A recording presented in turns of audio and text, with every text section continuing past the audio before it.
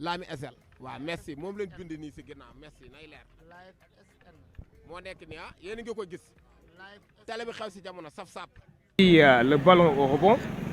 en disant au tribunal que la loi devrait s'appliquer de cette manière. Alors, c'est un dossier dans lequel le sieur Sidi Diop a reconnu les faits d'avoir eu à conduire sans permis. Et vous avez vu qu'à la barre du tribunal, il a présenté ses plates excuses. Mais il a pris l'engagement solennel de ne plus de faire les mêmes faits, les mêmes actes. Les mêmes actes n'allaient pas se reproduire. Alors, il va prendre toutes les dispositions nécessaires à la délivrance d'un permis de conduire pour qu'il soit en règle. Les avocats aussi qui ont eu à plaider à mes côtés ont plaidé dans le même sens, la clémence. Parce que nous ne sommes pas les avocats des diables aussi. Nous sommes là pour défendre notre client dans la mesure du possible. Ce qui est possible aujourd'hui, c'est qu'une application bien faite de la loi devrait se faire quand même à son profit. D'autant plus que je l'ai dit tantôt, il a reconnu les faits, il a présenté ses plates excuses, étant entendu que c'était un délinquant primaire quand même très convaincant. Dans la mesure où Sidi Diop a fait preuve d'humilité.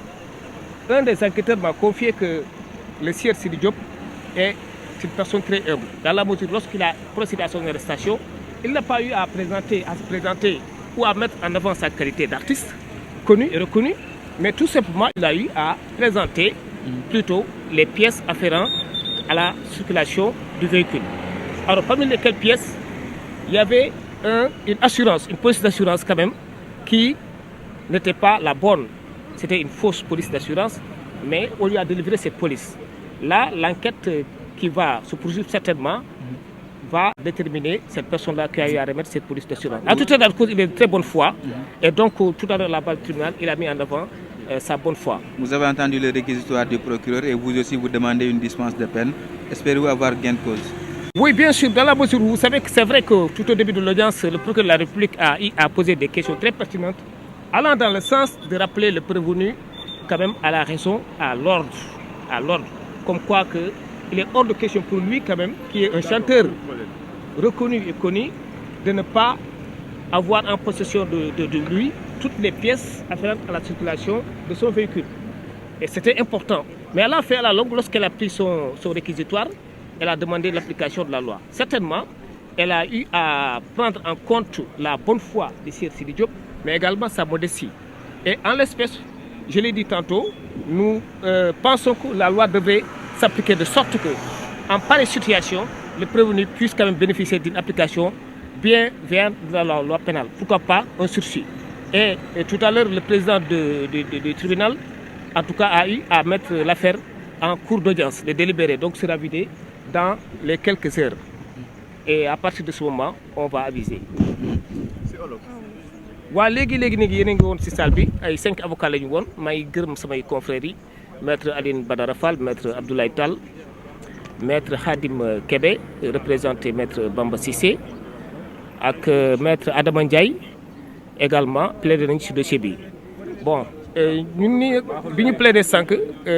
wax nañu tribunal que ne Sidi il est que vrai que juum na nu mu juumee mooy dafa dawal te yorul permis de conduire. En plus assurance bi baaxul woon mais si côté assurance bi nee na ki ko jaayoon oto bi moo ko joxee noonu assurance bi ak passava bi loolu du coobareem bon en tout cas defarul assurance bi lu ñu ko mën a toppee rek mooy permis sans conduire da doon dawal oto te yoroon permis te biñ ko laajee aussi dafa ne dafa bëggoon réeri ji chauffeur bi dafa absenté woon ci la profito dawal oto bi gaa distance bi soriwul ay quelques 500 mètres amul woon benn intention pour dem fu sori wala def naka sudul noonu bi ko gendarme bi arrêté nag si à hauteur rond-point Pikine bi si Elton bi fu mu nekk alors ci lañ ko contrôlé à l'issue du contrôle nag gendarme bi dañ jàpp ne amul woon permis amul woon assurance ci kaw loolu nag procureur nee na li nga def nii waroo ko defati parce que du yoon vu sa statut chanteur la ñëpp la xam da nga war a joxe bon exemple parce que xale yi aussi dañuy roy si yow moom aussi wax dëgg yàllam ku humble la ku mandu la à la barre gis ngeen ko nu mu taxawee taxawaay bu correct la taxawee ne carrément amuloon benn intention pour dawal oto sans pour autant mu yore permis ak faux assurance. yéen a ngi demandé dispense de peine. dégg waaw ngeen tamit réquisitoire procureur. effectivement ci kaw loolu procureur dafa laaj que ne moom dafa sakku yoon appliqué wu yoon def liggéeyam bon ñun nag bi ñuy jëlee parole dañ ne yoon moom dina def liggéeyam te yaakaar nañ ne yoon et en application d'une bonne politique pénale ci yi ni mel dafa war a joxe benn décision clémente dans la mesure où Sidi moomu ñuy topp dawal sans permis ak yore faux assurance moom amul woon benn coobare amul woon benn intention dawal oto te assurance yi baaxul. permis bi moom reconnaître na ko nekk du amati bu jógee si lii incha allahu rabi dina ut permis te maa ngi bëggoon préciser si kii bi si assurance bi dañ ne faux la mais waa ji ko jaay oto bi noonu la ko joxee. donc xamul woon faux la man sax à la barre laaj naa ko est-ce que Sidi boo xamoon ne faux la di nga ko jël mu ne ma non du ko jël ma ne ko encore est-ce que boo xamoon ne faux la gendarme bi bu la laajee kayit yi est-ce que di ko présenter mu ne ma non mais mieux encore gendarme bi si boppam nee na Sidi vraiment ku modeste la dafa wàccee boppam parce que contrôle routine bi bu amee mais mënoon ne moom artiste la voilà mais da doon dawal oto te yu doon permis te biñ ko laajee aussi dafa ne dafa bëggoon réeri ji chauffeur bi dafa absenté woon ci la profito dawal oto bi gaa distance bi soriwul ay quelques 500 mètres amul woon benn intention pour dem fu sori wala def naka sudul noonu bi ko gendarme bi arrêté nag si à hauteur rond point Pikine bi si Elton bi fu mu nekk alors ci lañ ko contrôlé à l'issue du contrôle nag gendarme bi dañ jàpp ne amul woon permis amul woon assurance ci kaw loolu nag procureur nee na li nga def nii waroo ko defati parce que du yoon vu sa statut chanteur la ñëpp la xam da nga war a joxe bon exemple parce que xale yi aussi dañuy roy si yow moom aussi wax dëgg yàllam ku humble la ku maandu la à la barre gis ngeen ko nu mu taxawee taxawaay bu correct la taxawee ne carrément amuloon benn intention pour dawal oto sans pour autant mu yore permis ak faux assurance. yéen a ngi demandé dispense de peine. dégg ngeen waaw tamit réquisitoire procureur. effectivement ci kaw loolu procureur dafa laaj que ne moom dafa sakku yoon appliqué wu yoon def liggéeyam. bon ñun nag bi ñuy jëlee parole dañ ne yoon moom dina def liggéeyam te yaakaar nañ ne yoon et en application d'une bonne politique pénale ci yi ni mel dafa war a joxe benn décision clémente dans la mesure où Sidi moomu ñuy topp dawal sans permis ak yore faux assurance moom amul woon benn coobare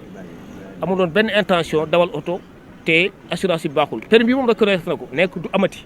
bu jógee si lii incha allahu rabi dina ut permis te maa ngi bëggoon préciser si kii bi si assurance bi dañ ne faux la mais waa ji ko jaay oto bi noonu la ko joxee donc xamul woon faux la man sax à la barre laaj naa ko est-ce que Sidi boo xamoon ne faux la di nga ko jël mu ne ma non du ko jël ma ne ko encore est-ce que boo xamoon ne faux la gendarme bi bu la laajee kayit yi est-ce que di ko présenter mu ne ma non